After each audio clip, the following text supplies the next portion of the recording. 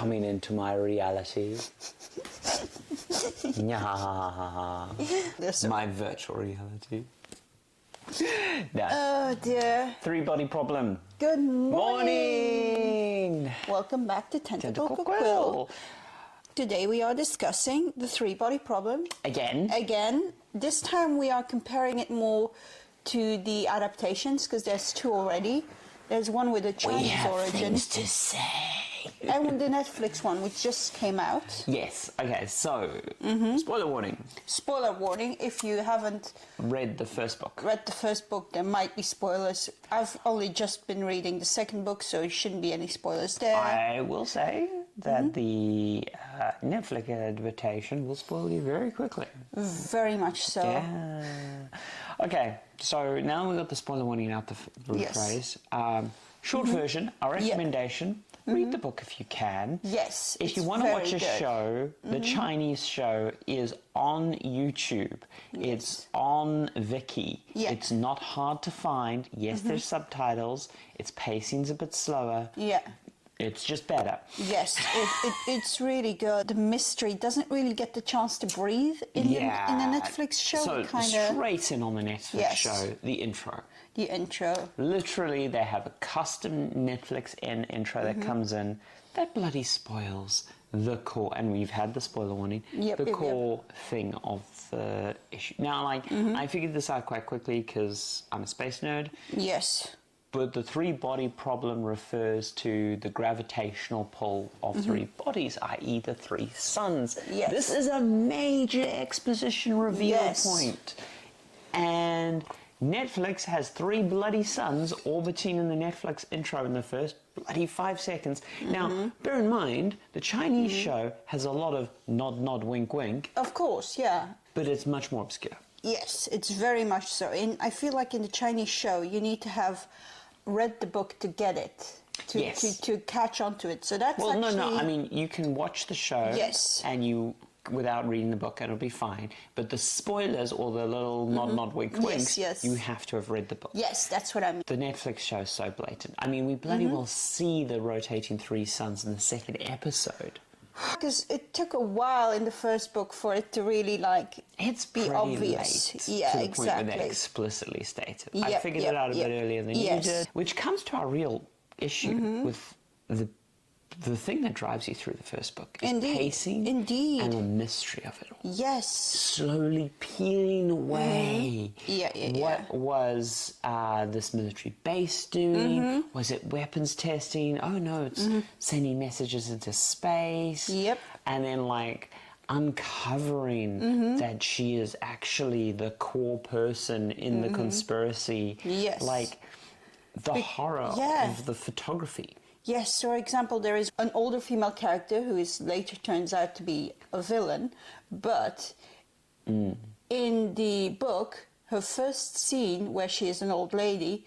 Very sympathetic. Very sympathetic. She is a grandma, she's looking after the neighborhood's children. And her daughter's just died. Indeed. And the reason she's introduced to the story is because he is going to console her. Yes, indeed.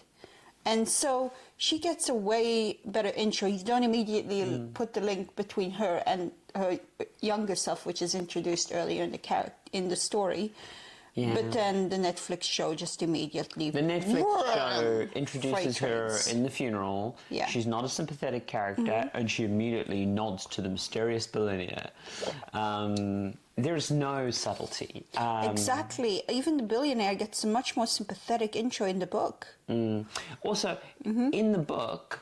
and in the Chinese show, the whole why are scientists killing themselves? This is really mysterious. Exactly. In the freaking Netflix show, within the first 10 minutes, you're like, I'm scrolling a countdown in blood on the wall and gouging my eyes out. And I am a police officer from clearly some international investigation team, and it removes any sense of what was special and mysterious and just robs you. I feel like they want to try and do the 3 or 4 books, if you count the one that wasn't written. They're doing, Netflix is doing 3 seasons, and they're doing the 3 books. but they are adapting it as a series rather than a book to season. So that's why they're moving some things from the second book into the first season. That makes sense. Just because structurally it makes it easier to adapt. Yeah, that makes sense. And I agree with that largely. And I think when you adapt a work, you need to make changes and such. But they clearly just lost the core interesting bits. And it just feels like another bloody sci-fi show. It really does. The blood on the wall and the mystery Yeah. and this pacing, right? But then at the same time, they're introducing elements. And you've got to introduce a few elements when you do an adaptation and such, especially if you're cutting things. But the runtime, a lot of it is used on relationships. Like a classic thing, when he's worried about his scientific contribution before he's 30, none of that is in the bloody book because they're not being selfish. It's also a lot of externalization, because a lot of the things that the characters deal with that are unexplainable are visible only to them. Three-body problem, say it with me, is an analogy for global warming. It's an analogy for climate change. Oh my God, there's a horror that's going to kill the planet and only science can see it. And it's not even subtle. It's the book, the Silent Spring book. Yes. It's the whole deforestation bit. You know, like the fact. I mean, the billionaire started out as an environmentalist in the book. Yes. And there is a whole, and this book was written, I feel, in a response to a lot of anti-science environmentalism. Yes. When scientists are usually the ones actually talking about environmentalism. And like one of the key things is the blinking stars. Yes. So in the original book, the character is facing this countdown and they know the frontiers are spies, they suspect trickery. Yes. And basically it's like, well, you know, there's this whole beautiful analogy about Turkey scientists that's too long to go to, the shooter. Hypothesis. And basically he's like, prove to me that this is a thing. And it's like, the universe will blink for you. Yes. But it's like, get to something that registers background radiation at this specific time and you will spot this. And so he has to go to a specialist observatory. He has to observe this background radiation thing fluctuate and then interpret that because it's Morse code. The rest of the world does not see this. No. And because of the whole supercomputer like reveal at the end, which, oh God, we should so go into. But it's utterly terrifying for him. Yes. Because it's fundamentally reality's warping. Yes, indeed. But everyone around him doesn't see it. Yeah, exactly. But in the Netflix show, the sky's blinked. It's covered on the news. Oh, the countdown, instead of being in front of their eyes only and barely mentioned, like they tried to explain to other people, but they find it really hard. It's like, oh, he scrolled on blood on the walls. It's like, I can still see. Well, yeah, because a key thing with scientists, especially theoretical scientists who deal with really weird shit, is you constantly don't want to be considered loopy because in that field, a lot of people develop mental disorders, right? And you're often trying to tell people things about the fundamental nature of the universe, which are counterintuitive. Yeah, exactly. And so you're very careful in how you communicate. And so, like, communicating that you're developing some form of psychosis is terrifying. Yes. Whereas in the Netflix show, it's just like, la-di-da, I'm off to the fairies. The key thing is that the whole climate change analogy only works if scientists are screaming the truth and no one's listening to them. And the blinking stars are just too bloody obvious. They are. The blood on the wall countdown's too bloody obvious. It lacks any mystery and any horror. Because it's scarier that the background radiation of the universe flickered. It's scarier that like the fundamental principles of physics and like particle colliders aren't working correctly. And for example, with the photography thing, which happens before the one scientist sees the countdown behind his eyes, which makes it like nothing, something strange, something absolutely psychologically terrifying. I mean, that's the other thing, right? Okay, so massive spoilers, but we gave you spoiler warnings at the start.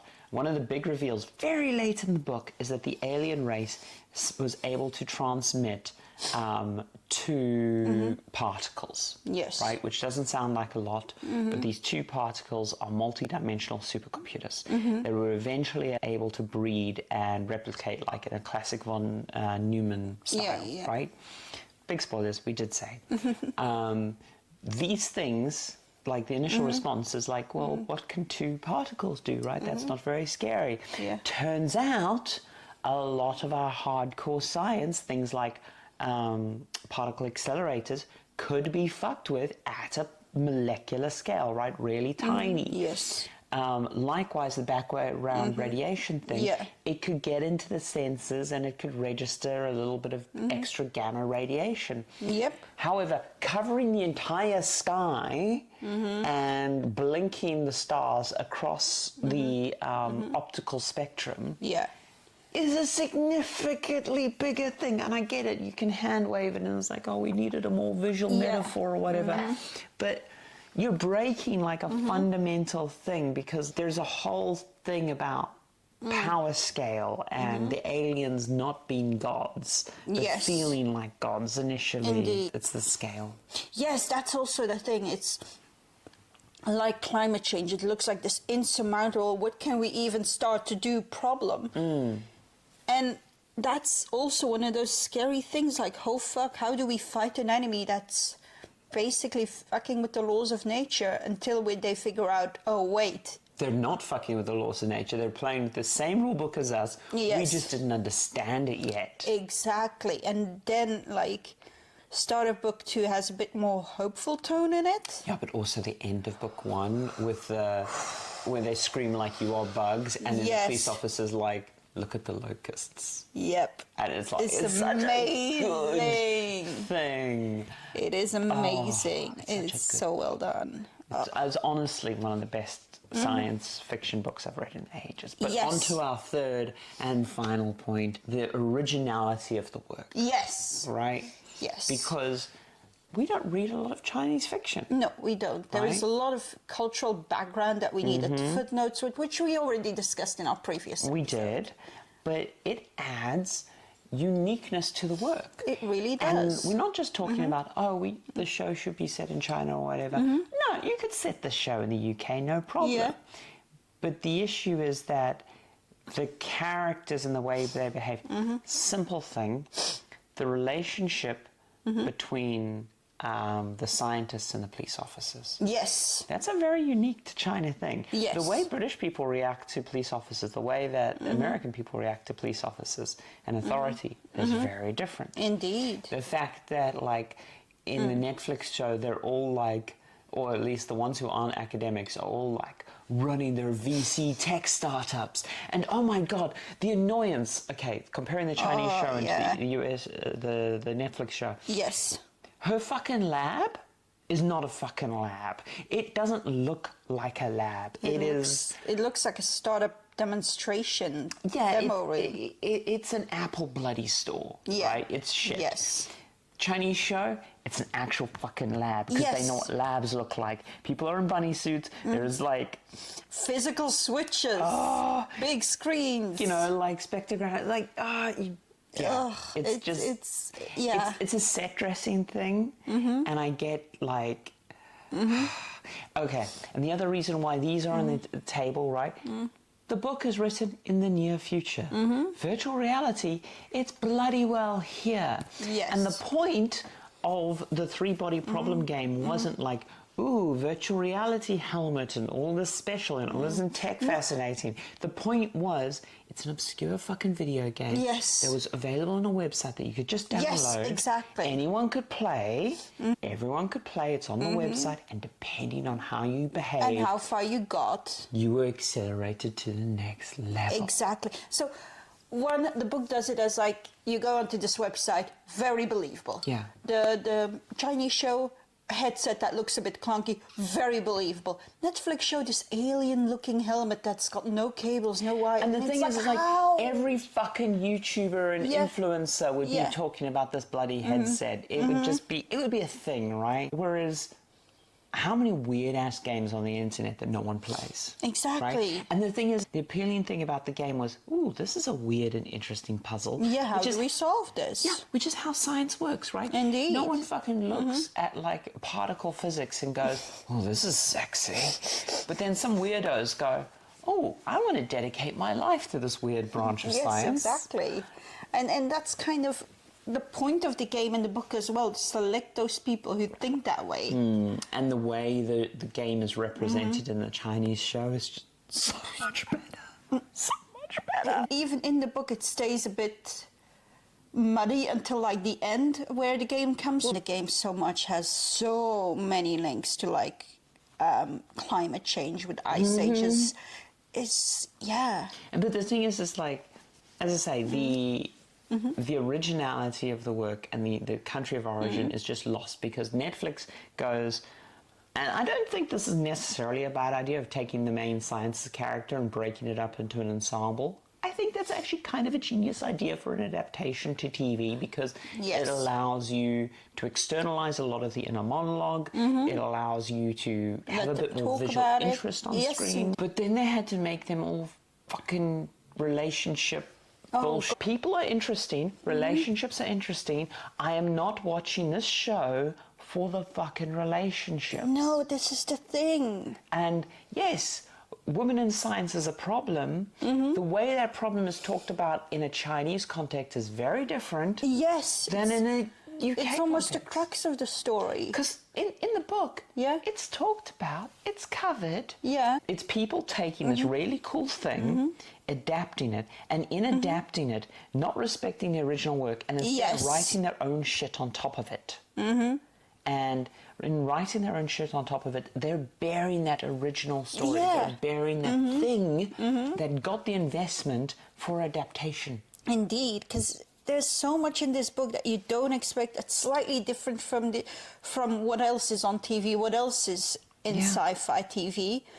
Because I know there's so many original sci-fi books out there that I haven't even read yet. There's so much, but there is so much that is similar. And also there's less absolutism, like nobody's a good guy, nobody's an absolute bad guy. In the book it's all mixed, they're all like even the bad guy conspiracies that are won over by the aliens, there's a lot of sympathetic thinking towards how scientists can fall into this trap of thinking. Indeed. You know? And it's... And even the bad guys aren't an absolute rock. There isn't like, oh, these are all the bad guys. They have like the Adventists, they have like the other ones, I can't remember their name, I mean, but yes. The original book, a lot of its trouble to get published was it had to adjust to get through the censors, right? And it's very critical of, because the thing is, the erasure, in the West, we are currently in a period of erasure of science, where scientists are getting mocked, we don't believe in experts, blah, blah, blah. Prior to this, scientists in the West have been very well respected for quite some time. You have to go back to pre-Victorian era, really, to find a period in the West where we mocked scientists, right? We've had scientists respect for quite some time. It's gone up and down, but generally speaking, our period of science being thrown to the wolves. I mean, obviously the Dark Ages are the classic one, but we've had a few, spikes of crusades and religiosity and stuff. Anyway, in China, it's in living memory, right? The Cultural Revolution eradicated science, okay? We have something that, as a Westerner, it's very hard to tangibly touch the cultural, political, and like economic impact of disregarding science. In China, it's in living memory. In China, they lost more than a generation of academics, right? It actively pushed the country backwards. And that's like a fundamental principle of the book. that could only really be written from that cultural perspective. Yeah, and it's also why that first scene is there. To be clear, that first scene is not the first scene in the Chinese version of the book because Yes. it had to be moved around because of censors. Yes. However, the author did want it at the start, and in the English translation of the book, it's at the start. Yes. That scene might be a bit hard to get through at first because Yeah, we mentioned it. It's a really hard scene to get through. It's very visceral. It's very hard, and because it's in a very different culture, you might not like click into it immediately. And they also, but it's so worth it. And they rob it of so much of its specialty, right? Yes. Because the thing is, in the book, right? Because that scene's in the Netflix show. In the book, a professor is giving a lecture in a university, right? Yeah. Because they had bloody universities. They had particle physicists, right? China wasn't some rural backwater. No. Okay. And during the lecture, a small group, right, a very small group of students comes in, and they berate the professor until eventually they kill the professor in front of the students, right? And it's a very harsh. It's a heartbreaking scene, right? yes. But it happens in a university classroom, and it's instigated by a small group of radicals. Yes. Okay? In the Netflix show, first of all, the scene happens in this rural-looking-ass Chinese scene with a massive mob crowd, everyone cheering on, and it's performative on a stage, right? And the thing is, that does a few things. First of all, it makes you think, oh, ignorant China doing this in an ignorant setting, right? Rather than a university classroom. Yes. The other thing it does is because there's such a large group involved actively, it makes you think, oh, this could never happen here. Oh, exactly. It removes the scariness of fascism and the scariness of those kind of movements because the reality is the crowd is silent. The small group of instigators are doing horrible things because the crowd doesn't know how to confront it. Of course. Whereas in the Netflix show, the crowd is screaming along with it. It's all groupthink, and this is how people look at it, like Nazi Germany, and they're like, how could that ever happen? It would never happen here. And then you go like, are you sure? Really? Are you absolutely sure? have you seen the news? Anyway, but this is a whole political discussion. But it's important, right? It because is. the politics of where this book comes from and the politics of the story. Yes. The book has so much stuff that's like leaving you. You also need time to think and consume it and internalize it. So it gives you a bit more room to breathe. And I do want to finish and say that, Yes. like, the Netflix show, don't send hate to anyone or anything. No. There's some really talented actors and talented writers and talented VFX artists and stuff working on the show. The show is not without value. Oh, definitely. And But there might it's be just- people who don't get on with the book, who find the book a bit too hard to get into, who will really enjoy the Netflix show. But I urge you, if you have any curiosity, first of all, try read the book or watch the Chinese show before the Netflix show because it is inherently a mystery. And the spoilers, I mean, obviously we've warned you up front, there's spoilers throughout the episode that we're talking. And we've spoiled a bunch of stuff. We haven't spoiled it all, but we've spoiled a bunch We will of put a spoiler warning ahead of the episode. Well, yeah, so, we said it at the start. But yeah, maybe you're not bothered by spoilers and maybe you're interested in why the uniqueness and stuff we spoke about. Go read the book. Yes. Go watch the Chinese show. The Chinese show, I will say, suffers from pacing issues because it's a little bit too true to the book. And I worry that's maybe why the Netflix show has so overcompensated. Oh, yeah, because I was a little bit too, oh my gosh, this is very slow yesterday when we were watching it. But that's also because I've read the book and I know what's coming next. I'm like, Well, that's the thing, is the mystery pulls you through the book. Yeah, exactly. And robbing someone of the mystery. Yes. The pacing is so good in the book. I mean, in the book, we were constantly going, have you got to that part? Have you got yes, to that exactly. part? It was so much fun. It was so good. Can't wait for you to start reading the second. I might be having a head start already. Yeah, no, I need to get into it. I just need to finish my latest isekai trash. To the isekai trash. To the isekai. I've been reading comfort read. We need to go deeper. My big screen beyond. It's a very nice headset, by the way. Very expensive, but very nice. I don't even dare touch these right now. No, No, you've used this one. This is the HTC 5 Elite. Oh, yes. XR I'm Elite. pretty sure I've tried this one. These look like glasses. This They're one really you cool. couldn't try because it's molded to my face. All right. Toodaloo. Toodaloo. And have a good Thursday. Yeah. Grumpy bitches on a couch.